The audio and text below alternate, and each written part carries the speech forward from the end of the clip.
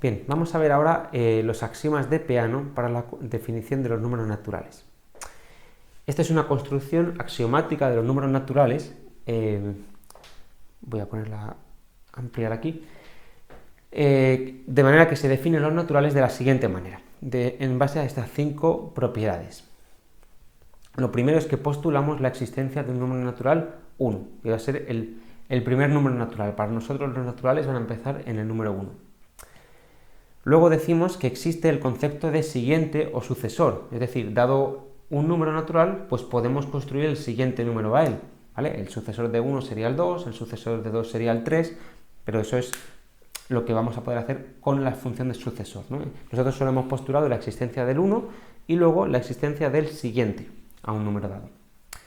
Luego, algunas propiedades sobre la función siguiente, estas dos propiedades. Primero, que es una función inyectiva, lógicamente, si tienes dos números distintos, pues los siguientes tienen que ser distintos, y que es una función en la que el 1 no está en la imagen, el 1 no es sucesor de nadie, porque el 1 es el primer número natural, entonces no hay ningún número cuyo siguiente número sea el 1. El 1 es la base de todo, o sea, si representamos gráficamente los naturales, pues lo podríamos representar como estos puntos, ¿no? El 1, el 2, el 3, el 4, de manera que el siguiente del 1 sería el 2, el siguiente del 2 sería el 3, el siguiente del 3 sería el 4, y así sucesivamente. El 1, como veis, no queda a la izquierda del todo, no es sucesor de nadie. Y estas serían las dos propiedades que definen la función siguiente o sucesor. Y este principio de inducción, que quizás sea la propiedad un poco más chocante de primeras de esta definición axiomática, pero que es realmente necesaria, porque si no ponemos esta propiedad, pues no podemos cerrar ciertas cosas en los números naturales. Vamos a intentar entender esta propiedad. Esta propiedad lo que dice es que si tenemos un subconjunto de los números naturales, de manera que el subconjunto incluye al 1 y cumple esta condición, es decir, que si un número está el siguiente, entonces este subconjunto tiene que ser el conjunto de todos los números naturales, ¿vale? Y esto hay que entenderlo pues como una especie de cadena, un engranaje, o sea, el engranaje es este y este es el punto inicial. Entonces, esto lo que dice es que si yo tengo un subconjunto de manera que el primer elemento de los naturales está, ¿vale?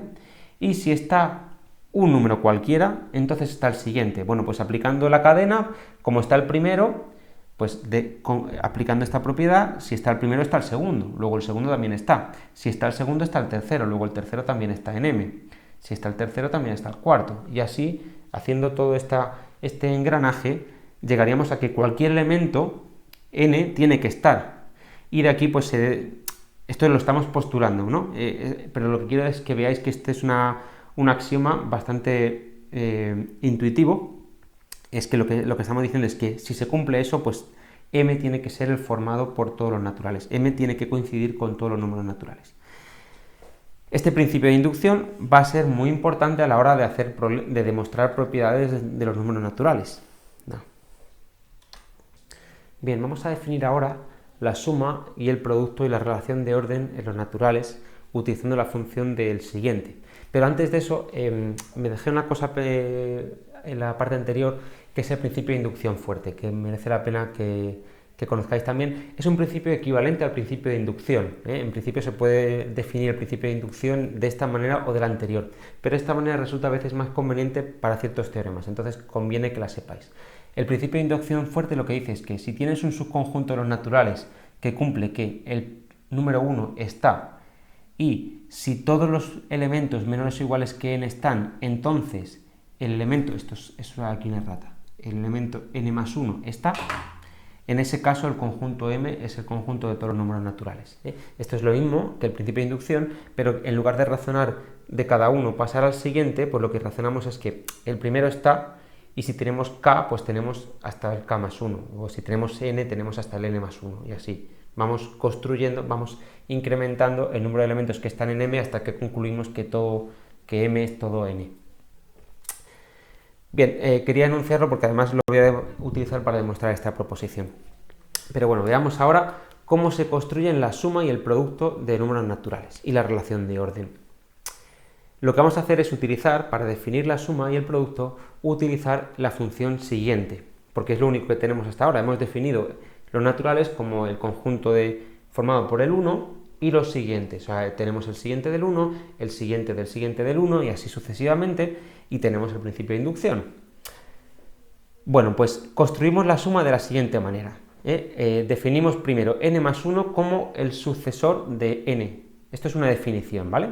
Que corresponde con nuestra intuición, de que estamos diciendo que el sucesor es simplemente el siguiente a un número dado. Y luego definimos n más el sucesor de k como el sucesor de n más k. Y estas dos propiedades nos permiten calcular la suma de cualquier número, ¿vale? Vamos a ver cómo podríamos calcular la suma de cualquier número utilizando estas dos propiedades. Luego borraré esto para poder demostrar esta proposición. ¿Cómo podríamos hacer, por ejemplo, 4 más 2, ¿no? Bueno, 4 más 2 es 4 más el siguiente de 1, porque 2 es el número al que llamamos siguiente de 1. Aquí ya estoy asumiendo que, bueno, que el 2 es el siguiente de 1, el 3 es el siguiente del siguiente de 1, el 4 es el siguiente del siguiente del siguiente de 1, y así sucesivamente, ¿no? Pero ya voy a utilizar los símbolos de la notación que conocéis de los números. 4 más el siguiente de 1, por esta propiedad, es el siguiente de n más k, ¿no? O sea, este sería el siguiente de 4 más 1. Bien, y ahora esto aplicamos ahora como una especie de recursión, ¿no? ¿Cómo definimos ahora 4 más 1? Bueno, 4 más 1 ya hemos llegado al caso inicial. 4 más 1 es el siguiente de 4, ¿no? Entonces esto es el siguiente del siguiente de 4, que es el número que conocemos como 6, ¿vale? O sea, de esta manera veis que estas dos ecuaciones nos permiten ir como reduciendo hasta que siempre llegamos a un caso en el que estamos sumando 1. Y esto, por tanto, es una definición completa de la suma.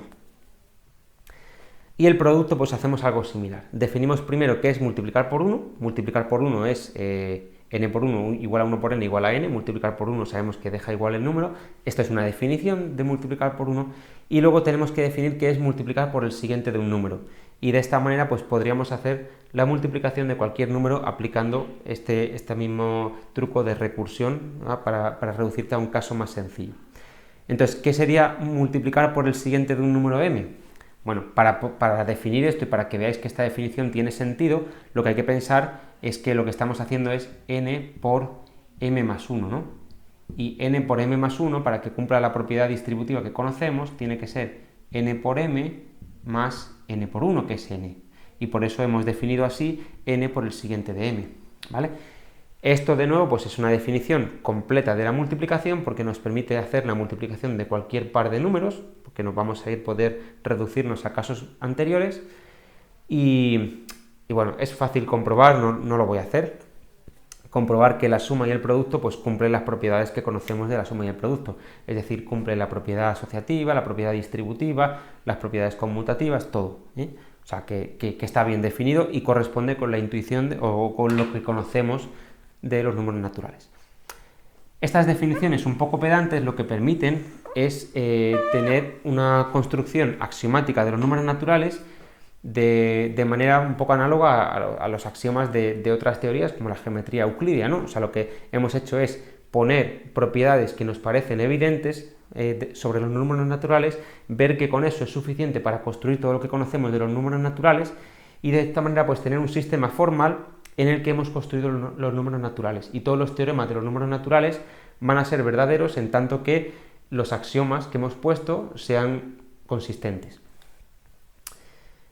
Bien, pues nos queda por definir el orden. ¿Cuál es la relación de orden de los números naturales? Bueno, pues diremos que n es menor o igual que m cuando podemos encontrar un número c tal que n más c sea igual a m. Bueno, aquí cuidado, esto está mal si entendemos que n no incluye al 0. Es que esta propiedad la he copiado de un sitio donde los naturales incluyen al 0, y si incluyen al 0 sí que tiene sentido, si no, no. Vamos a ponerlo así, con una desigualdad estricta, porque si no el caso igual no estaría contemplado aquí, ¿no? N es estrictamente más pequeño que m si solo si existe un c, que en este caso podría ser 1, pero no puede ser 0 porque el 0 no está en los naturales para nosotros, tal que n más c es igual a m, ¿vale? Esta sería la definición de la desigualdad estricta. Y la desigualdad no estricta pues es simplemente pues o bien n es menor que m o bien son iguales. Bueno, pues esta es la forma en que se definen las operaciones y con esto pues n tiene la estructura que conocemos. Y vamos a ver ahora esta proposición que, bueno, que más allá de la importancia que tiene, es una aplicación del principio de inducción, una aplicación no del todo trivial. Vamos a ver que todo conjunto no vacío de los naturales tiene un mínimo. Hay un elemento que es el más pequeño del conjunto y que está dentro del conjunto. Y vamos a ver que esto es una consecuencia del principio de inducción fuerte. Entonces vamos a demostrarlo. Sea X un subconjunto de los naturales no vacío. ¿Vale? Esto es nuestra hipótesis. Tenemos un conjunto de los naturales no vacío y entonces lo que dice esta proposición es que tiene un mínimo. ¿Vale? Un mínimo es un elemento de X que es menor o igual que todos los elementos de X. Entonces vamos a suponer que no tiene un mínimo y vamos a llegar a contradicción. Supongamos que no existe mínimo.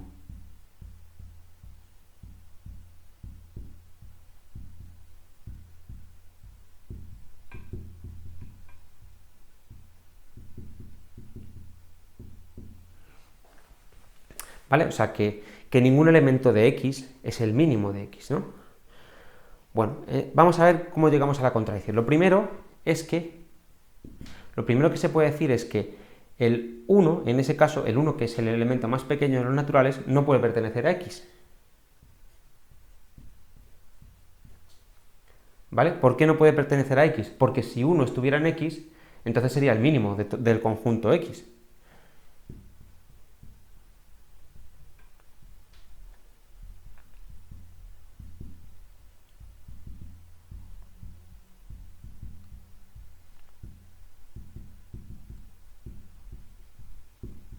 ¿Por qué sería el mínimo de X? Pues porque sería un elemento de X que con seguridad es menor o igual que todo otro elemento de X, porque es menor o igual que todo otro número natural. ¿Vale? Aquí ya veis cómo voy a utilizar el principio de inducción. Digo primero, 1 no está en X. Y ahora, si se cumple que tengo n números, empezando por el 1, ¿vale? O sea, de 1 a n, que no están en X, entonces lo que digo es que n más 1 tampoco está en X. Si 1, 2, hasta n no pertenecen a X, entonces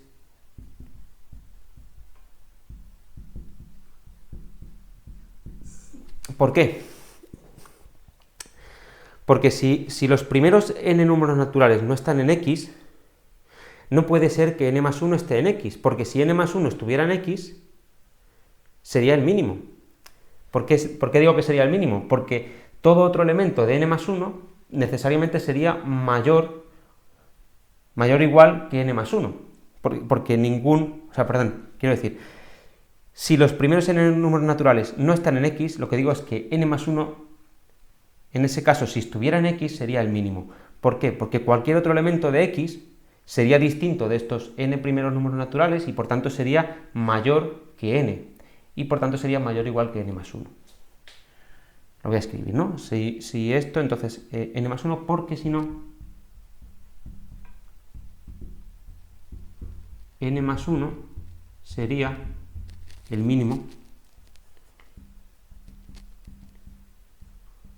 de X, ya que estaría en X y todo otro elemento de X sería distinto de los números de 1 a n y por tanto sería mayor o igual que n más 1. O distinto de 1, 2, n y por tanto mayor o igual que n más 1. ¿De acuerdo? Entonces, ¿qué es lo que me dicen estas dos condiciones? Me dicen que Si pienso en lugar de en x, pienso en x complementario, lo que me dicen estas dos condiciones, voy a borrar todo lo de arriba,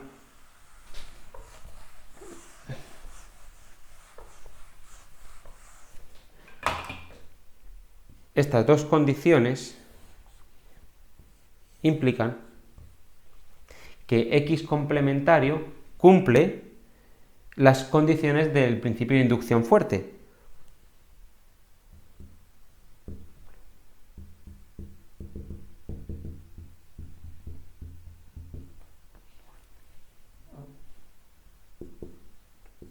¿Vale? 1 pertenece a x complementario y si los números de 1 a n pertenecen a x complementario, n más 1 pertenece a x complementario.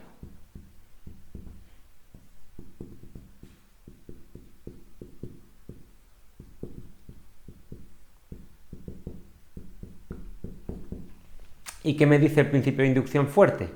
Que en este caso, como x complementario cumple estas dos condiciones, x complementario sería todos los naturales.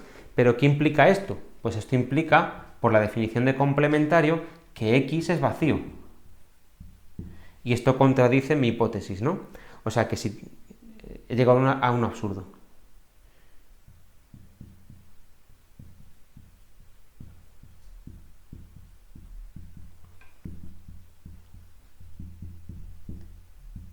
Entonces, por reducción al absurdo, concluimos que si tengo un conjunto de los naturales no vacío, pues tiene que tener un mínimo.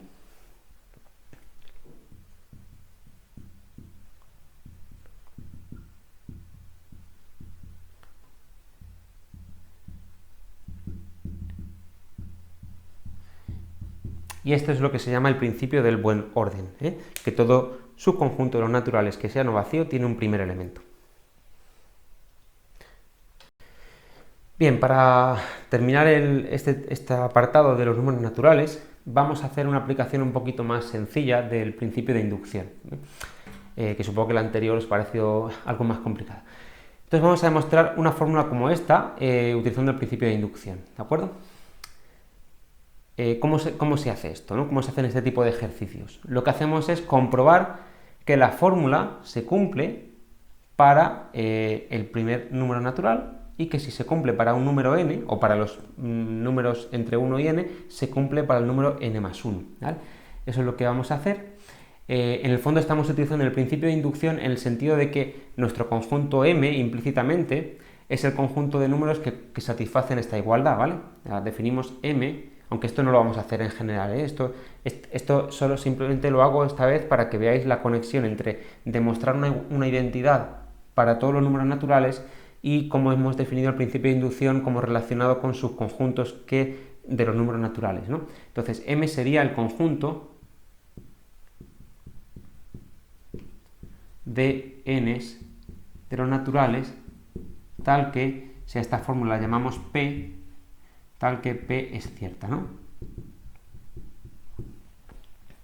¿Vale? Esto es una identidad, entonces para cada número natural esto puede ser verdadero o falso. Entonces vamos a comprobar que esto es cierto para el primer número natural, o sea que 1 pertenece a m. Entonces la demostración de esta, o la solución de este problema sería, primero, comprobamos que 1 pertenece a m. O es lo mismo decir que la fórmula P se cumple para 1.